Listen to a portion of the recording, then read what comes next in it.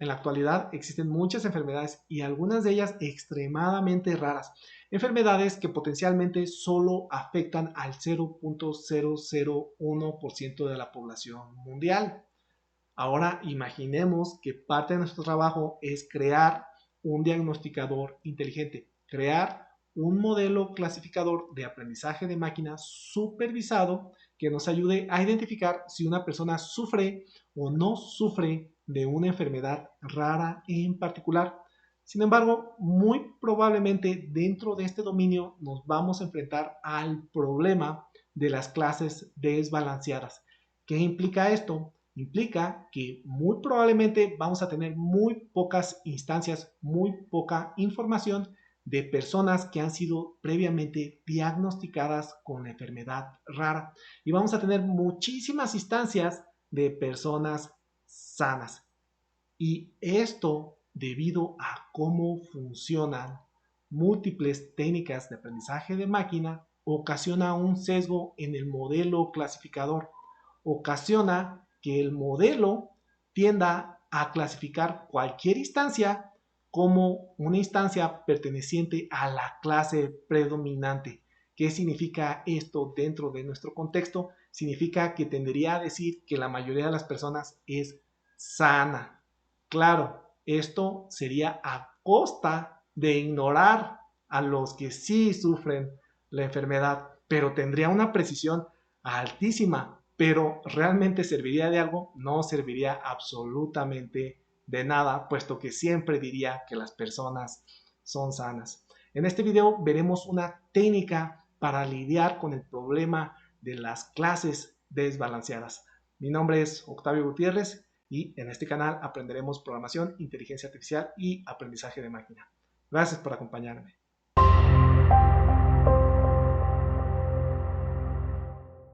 Para ejemplificar primero el problema de las clases desbalanceadas y posteriormente su solución, utilizaré el contexto provisto por los datos de cáncer de mama. Estos datos son reales y pertenecen a la Universidad de Wisconsin, en particular a su Centro de Ciencias Clínicas. Debo hacer énfasis, estos datos son altamente utilizados y se pueden descargar de múltiples lugares.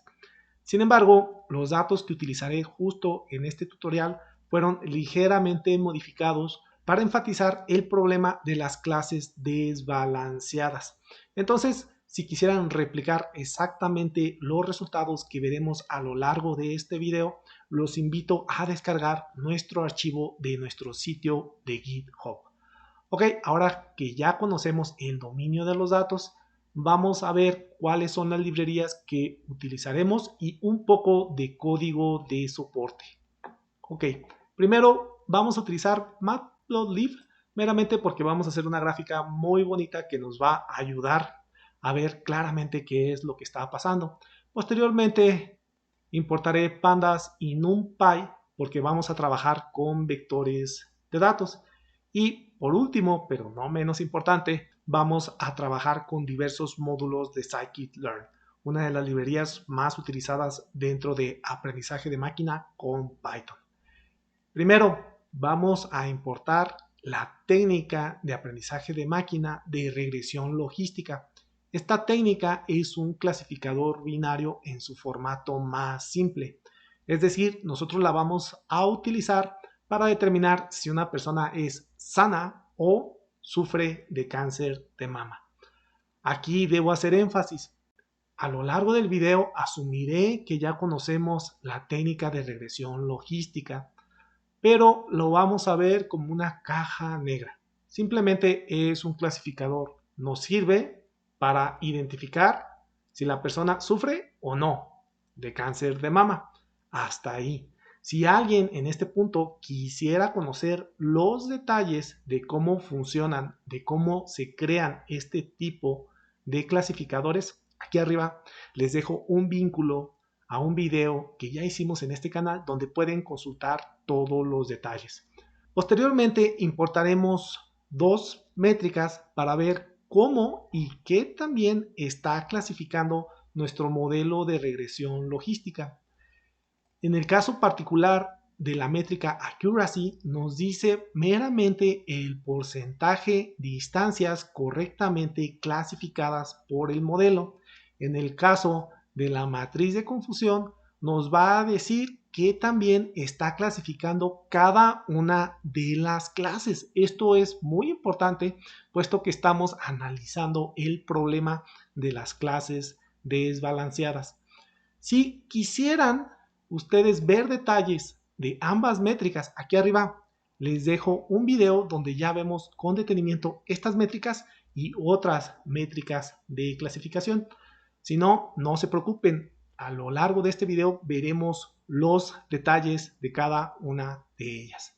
Y ahora sí, aquí tenemos una función y esta función lo único que va a hacer es graficarnos nuestras métricas para que podamos ver claramente qué es lo que está pasando. Y es básicamente código de visualización de Matplotlib, que igual en este canal ya tenemos todo un playlist de Matplotlib que aquí arriba lo podrían ustedes consultar. Ahora sí, vámonos a lo importante. Yo aquí estoy cargando los datos que tengo almacenados dentro de un archivo separado por comas y los estoy cargando en un arreglo multidimensional de NumPy. ¿Qué es lo que tengo en ese arreglo? Tengo información de hasta 330 pacientes y para cada uno de ellos tengo 30 características y además tengo su clase, si tiene cáncer o no tiene cáncer. En particular, vamos a identificar que una de estas instancias, que una persona tiene cáncer, si su clase es 1 y caso contrario, si no tiene, entonces su clase será 0. Ahora, de las 30 características que tenemos, estas fueron extraídas de imágenes y lo que se está extrayendo de esa imagen es el radio, la textura, el área y otras características de lo que podría ser un tumor. Aquí simplemente lo estoy separando entre características y clases para poderlo meter a nuestros modelos de scikit-learn. De hecho, si verificamos qué es lo que tenemos en cada uno de estos vectores, podemos ver rápidamente la información. De hecho, aquí veamos, estas son nuestras características para cada uno de los arreglos que tenemos aquí, es la información de uno de los pacientes y este arreglo está asociada con su respectiva clase. Estas características son efectivamente de un paciente que tiene cáncer. Ahora, así para cada uno de los pacientes tenemos su clase correspondiente. Aquí nosotros podemos ver que las características son simplemente valores numéricos. Sí, de hecho, estas características ya fueron preprocesadas, están inclusive escaladas. Aquí no quise meter el proceso de escalamiento para no hacer más complejo el video. Sin embargo, si alguien quisiera saber en qué consiste el escalamiento, preprocesamiento de datos, aquí arriba les dejo un video que podrían consultar. Ok, ya tenemos ahí nuestra información, pero quedamos que estamos viendo el problema de las clases desbalanceadas. Entonces, vamos creando un histograma para ver efectivamente qué tantas personas tenemos de una clase y qué tantas personas tenemos de otra clase. Para eso voy a borrar esto y voy a hacer uso de Matplotlib para generar mi histograma. Afortunadamente, se crean bastante fácil. Simplemente le paso mi vector de clases porque quiero ver la proporción de cada una de ellas y le digo que lo agrupe en dos contenedores y posteriormente simplemente lo mostramos. Ejecuto y aquí podemos ver que tenemos 300 pacientes pertenecientes a la clase 0, es decir, pacientes sanos, y tenemos solo 30 pacientes que pertenecen a la clase 1, que efectivamente tienen cáncer. Este desbalance en las clases por la forma en que muchas técnicas de aprendizaje de máquina crean modelos de clasificación causa un cierto sesgo, debido a que muchas de ellas funcionan a través de la minimización del error de clasificación. Y aquí podríamos ver que si tomamos un enfoque completamente ingenuo, podríamos decir nosotros, independientemente de la instancia que está siendo introducida al modelo, podríamos decir que simplemente esa es una persona sana. Y si nosotros optáramos por hacer esto, tuviéramos un modelo clasificador muy cercano al 90% de efectividad, al menos como se mide con el accuracy. Y esto obviamente pues pareciera muy bueno, sin embargo sería completamente inútil debido a que lo que te interesa es detectar a estas personas. En este caso hipotético que yo estoy planteando, si tu clasificador siempre dijera que la persona es sana, tendríamos ahí aproximadamente un 10% de la población de los pacientes que sí efectivamente tendrían cáncer y que tu modelo de clasificación les diría que no. Obviamente esto es extremadamente grave y es por eso que resolver apropiadamente este problema es muy importante. Ahora vamos a crear nuestro modelo clasificador y una vez que lo creemos, vamos a ver cómo afecta este desbalanceo de clases al modelo y después veremos cómo corregirlo. Ok, entonces aquí yo ya tengo algo preparado. Permítanme abrir un poco de espacio. Vamos a crear el modelo de regresión logística y lo vamos a almacenar dentro de una variable que se llame modelo, y nuestro modelo de regresión logística ya lo importamos en la parte superior. Entonces simplemente vamos a hacer uso de logistic regression y quedamos que para crear un modelo hay que ajustarlo a los datos. Entonces hacemos uso del método fit. Pasamos nuestros datos que ya fueron preparados, ya están en arreglos multidimensionales de NumPy, además de que ya fueron escalados. Y pasamos la clase, dado que es una técnica de aprendizaje de máquina supervisada. Y ahora sí, vamos a mostrar la matriz de confusión que en realidad va a imprimir todas las métricas que necesitamos para darnos cuenta de qué está pasando. Para eso definimos una función, el código de soporte que les presenté arriba, que se llama matriz de confusión. Ahí está. Le vamos a pasar la clase para que efectivamente pueda medir el error. Esta clase ya conocemos exactamente a qué clase pertenece cada uno de los pacientes y vamos a utilizar nuestro modelo, en particular su método predict para hacer la clasificación, y le vamos a pasar los datos. Entonces este es el resultado del modelo y este es el resultado que nosotros ya conocemos, que es verdaderamente exacto. Esos son los datos reales. Esto es lo que el modelo está prediciendo. Entonces vamos a tener las predicciones versus la realidad. Ahora, nuestra función de matriz de confusión recibe adicionalmente una etiquetita simplemente para poderla separar de diferentes matrices de confusión que vamos a generar. Le vamos a poner normal. Ahí está. Ahora vamos a ejecutar. Y primero déjenme explicar qué es una matriz de confusión. ¿Qué es lo que tenemos aquí? Notan sano, cáncer, sano, cáncer. Lo que tenemos en la diagonal son los verdaderos negativos y los verdaderos positivos. ¿Qué nos está diciendo esto? Recuerdan, nosotros tenemos 330 datos. Tenemos 300 personas que son sanas y tenemos 30 personas que tienen cáncer de mama. Entonces, nuestro modelo lo que está haciendo es, de esas 300 personas sanas, nos está diciendo que son verdaderos negativos. Efectivamente salieron negativos a la prueba. No tienen cáncer. Y esos en realidad están bien clasificados. Sin embargo, de esos 300 nos está dando falsos positivos. Nos está dando que el modelo dijo que tenían cáncer cuando en realidad no tenían. Es un error relativamente común. Los clasificadores normalmente no son perfectos.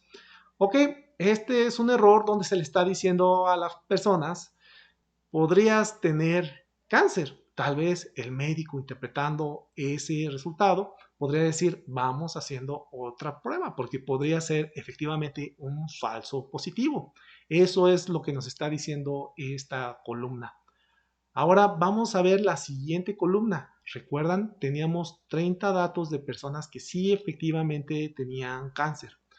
Lo que nos están diciendo los verdaderos positivos es que de esas 30 personas, 20 fueron efectivamente clasificadas e identificadas como personas que sí tenían cáncer correctamente. Y estos 10, nuestro modelo dijo que no tenían cáncer, cuando en realidad sí lo tenían. Obviamente esto es grave. Tal vez en este contexto, este error de los falsos negativos es mucho, mucho más grave que el error que tenemos de los falsos positivos, porque este de falsos positivos podría disparar una segunda prueba para tratar de descartar el potencial cáncer. Sin embargo, este de los falsos negativos a lo mejor se estaría engañando al paciente de una forma accidental. Se le estaría diciendo que no tiene cáncer cuando en realidad sí lo tiene. Entonces, este es un error extremadamente grave. Sin embargo, vean el accuracy. 95% de las instancias fue clasificado correctamente. Esto es altísimo. Y también un poco engañoso o muy engañoso, porque analicemos la clase cáncer.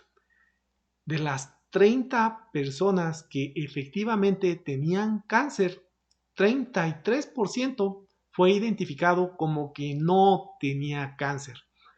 La tasa de falsos negativos es muy alta y en este caso ese tipo de error es muy grave. ¿Qué es lo que está pasando aquí? Que en el caso de nuestro modelo, como la clase predominante es sano, a la mayoría el modelo le está diciendo que es sano. Y eso provoca que tenga un accuracy muy alto. Sin embargo, la utilidad del modelo pues es muy, muy baja. Y por eso requerimos técnicas para resolver este problema causado por el desbalanceo de las clases que nosotros tenemos. Ahora vamos a modificar ligeramente la creación de nuestro modelo de aprendizaje de máquina, de nuestro modelo de clasificación. Voy a copiar y pegar exactamente el mismo código. Aquí le voy a poner pesos porque lo que nosotros vamos a hacer es asignarle pesos a las clases, asignarle pesos a los errores.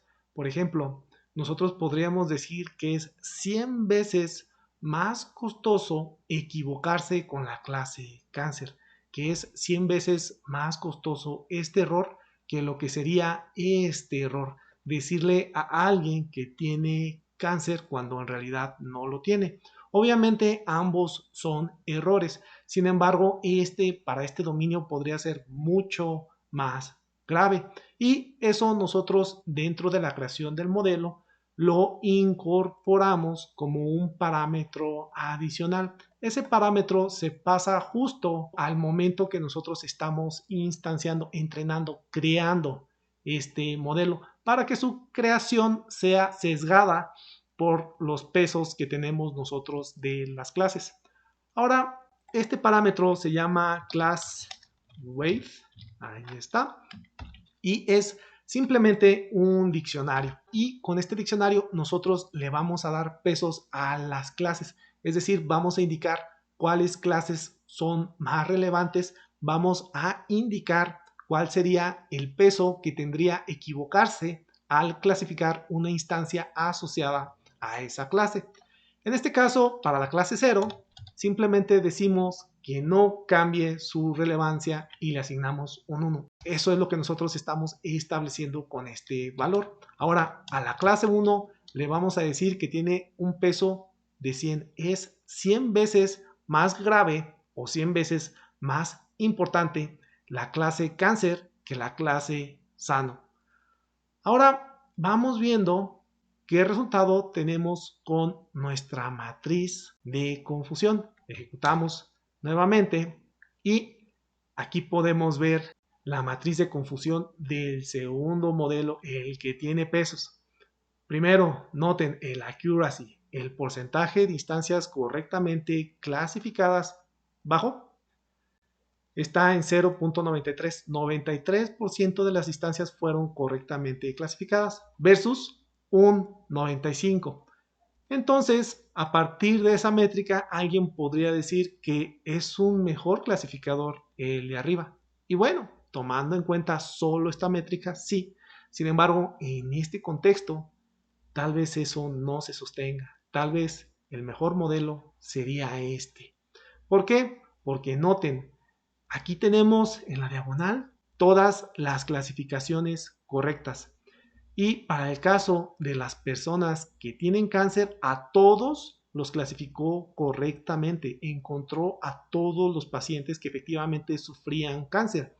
Y no hubo falsos negativos. Quedamos que esto era muy grave.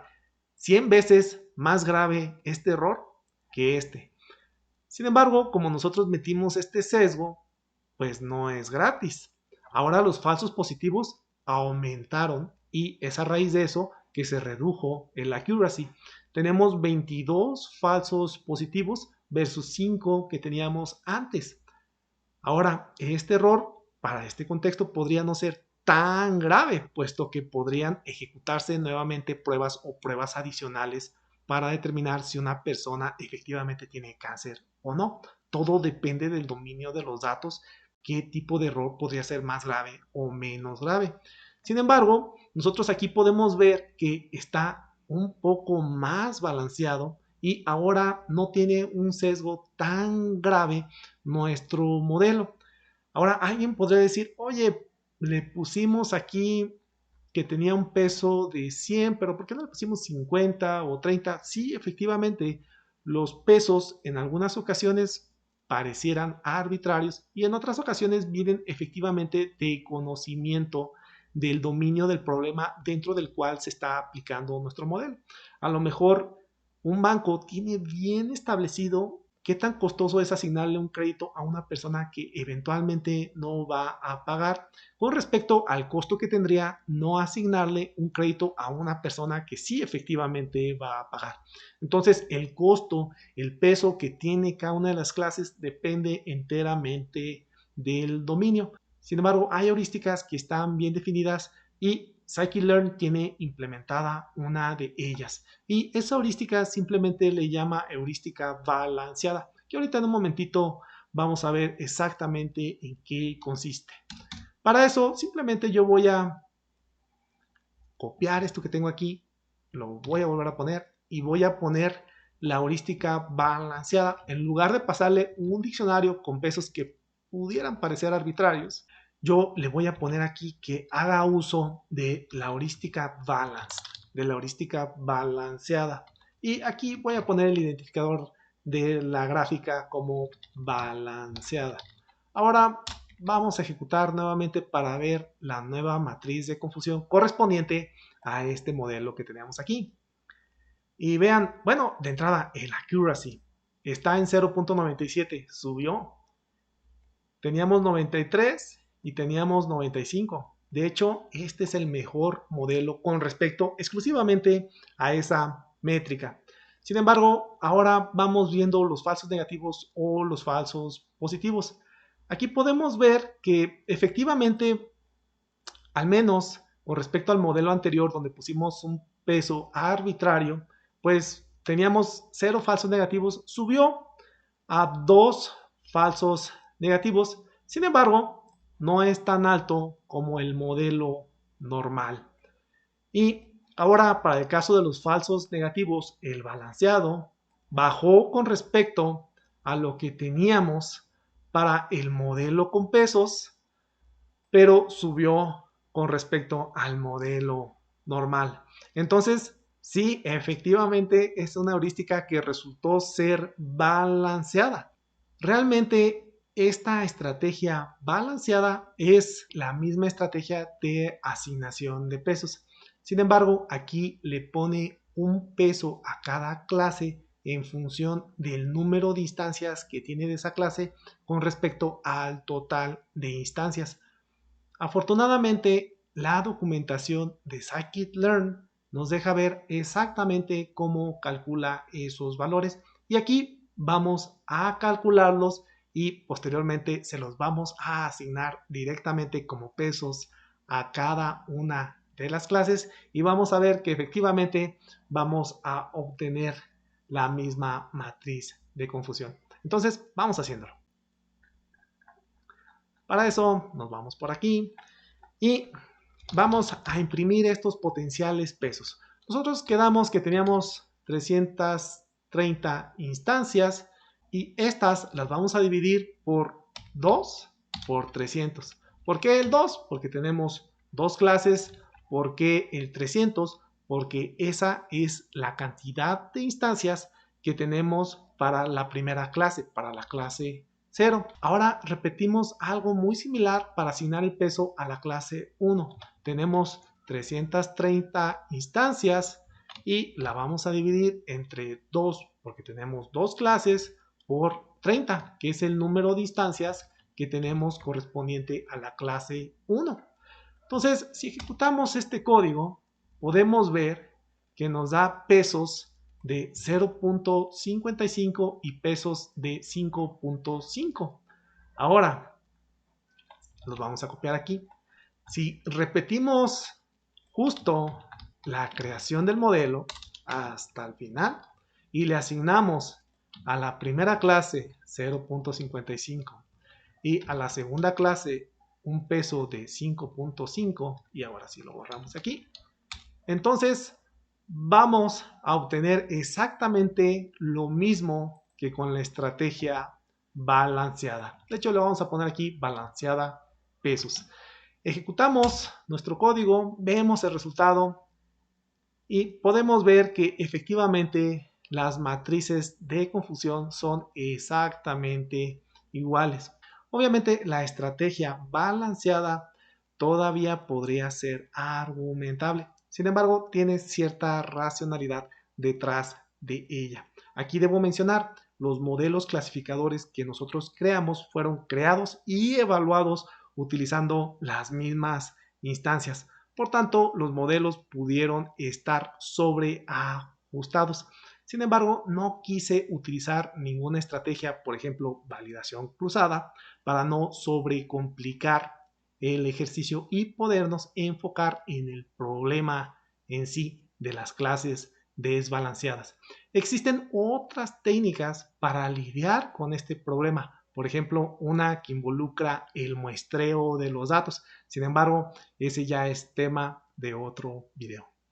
Mi nombre es Octavio Gutiérrez y si encontraron valor en este video, por favor denle un like y si aún no se han suscrito, por favor consideren hacerlo. Hasta el próximo video. Pa pa para pa pa pa para para pa pa para pararam.